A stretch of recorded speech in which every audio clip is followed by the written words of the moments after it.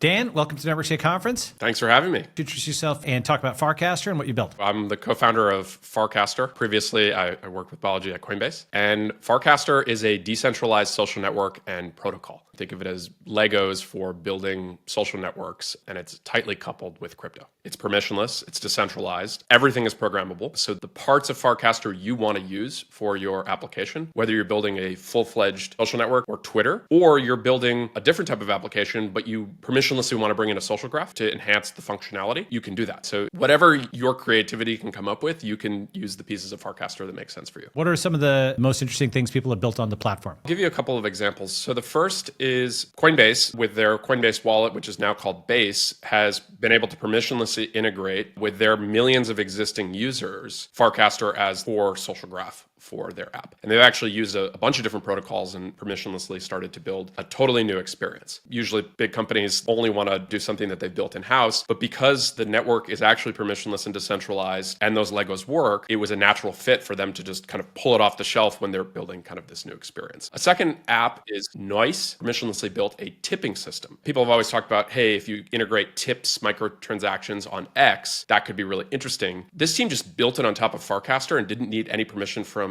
the core team, nor did they have to even build it into the primary client. They were able to kind of use the network of wallets and build an application that anytime you like or reply to someone on the network, it's automatically debiting a small amount of cryptocurrency in whatever token you're most excited about on the back end, and then sending it to the recipient. Farcaster has a mini app ecosystem as well. It supports a variety of other blockchains. We're kind of the only mini app platform or standard that supports both Ethereum chains, so Ethereum, Base, Arbitrum, but also Solana, Hyper EVM, so Hyperliquid's chain. Because you've got the portability, because you've got the sovereignty, I think of Farcaster as a powerful social protocol for startup societies, for network states, because the social piece that complements the monetary piece. Yeah, I think of Farcaster as a proto-network society. It's a group of people that, for the most part, did not know each other well before the creation of the kind of protocol and the social network. And obviously, this is something you've been talking about for a long time, but I think for Farcaster, that's a really important characteristic, is that anyone, anywhere in the world can join this network, and based on the merits of what they're building, what they're posting, can actually develop status. Awesome, Dan. Thank you very much.